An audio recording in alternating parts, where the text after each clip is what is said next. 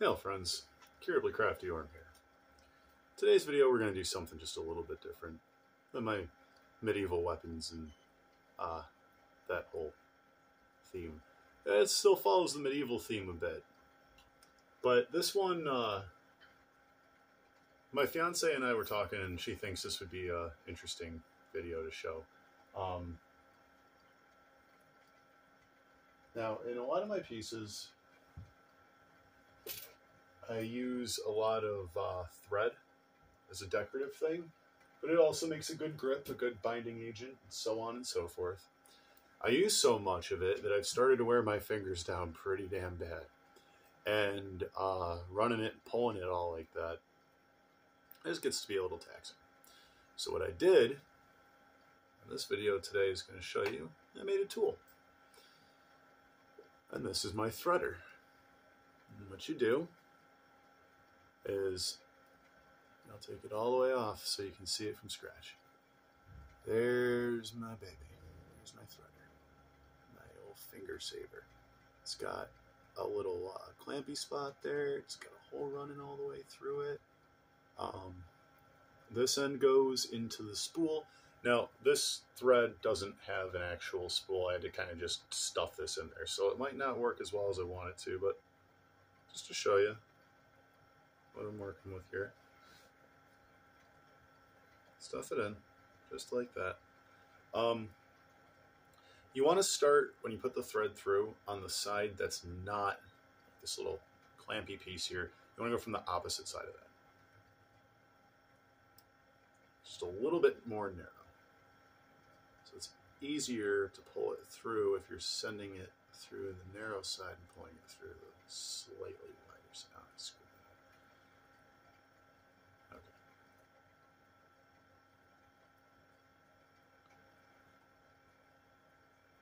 Pull that through.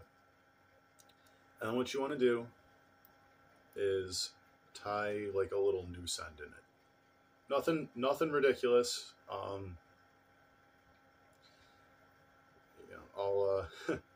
All animal catching potential aside, because it would work really well as like a snare device for that same purpose.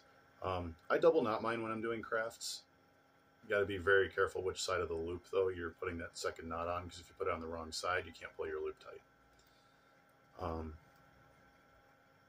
Pull it through like so, and now I got a little loop here on the thread that I can tighten up as I need to. So what I'm going to do is use this dowel to, because I have a gazillion of these, to show you guys basically how it works. With small intricate pieces, there's just like a little twist twist motion I do.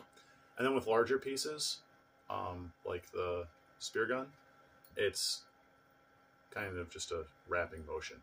But it spares my fingers tremendously, and I freaking love this thing.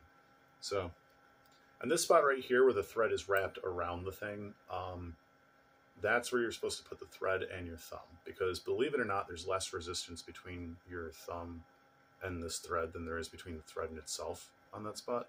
So it slides pretty easily, but there's a lot of control over that, and you don't really burn out your thumb. You can kind of just slide your thumb back and forth to work the thread out as you need it, instead of pulling it between two fingers and just working them both down pretty evenly. And the reason these two, the black side and the silver side, are not connected, so here's the black, here's the silver. The reason those are not connected is because you can do the same thing here. That was actually the original intention, and pull it through. But I found actually with that, there's a little too much resistance here. Pulls it too tightly straight down and it frays up the thread. So if you hold it back here and just loosen your thumb up as you need it, you're good to go. So I just put whatever you're wrapping up in that little loopy, or big loopy if you're doing a larger project and you're doing like some aesthetic work to finish it off, or and then, yeah, just pull it and spin. Now, I'm not doing it very evenly because I'm just doing it quick to kind of show you, but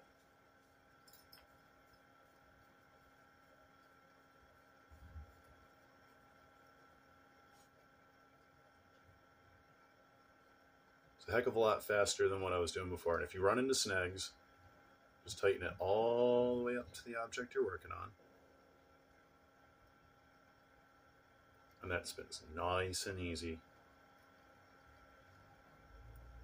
Not going to hurt anything. You can even twist it around the opposite direction if you know which way the thread's coming from to make your life a little easier. I like to keep the thread nice and loose while I'm doing this no matter what. But, and also, yeah, just pull off as much as you want.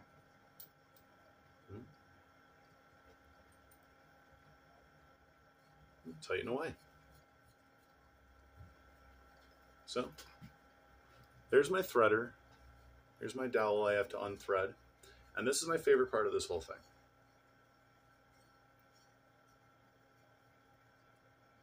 Now I double knotted this little noose piece here, so I'm going to pull it all the way tight and then just cut the knot off.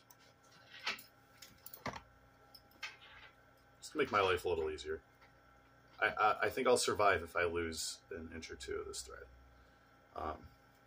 So I'm sure you're all plainly aware my fiance and I are pretty well off in the art supplies department. So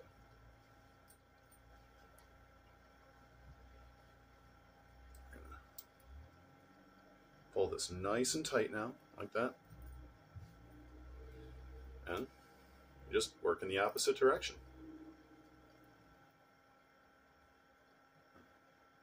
Helps too if that's actually on. When the thread has a real spool on it too, it definitely makes your life a lot easier. Oh, there we go. Got it all the way through. So slide it down however far you need. Just wind her back up.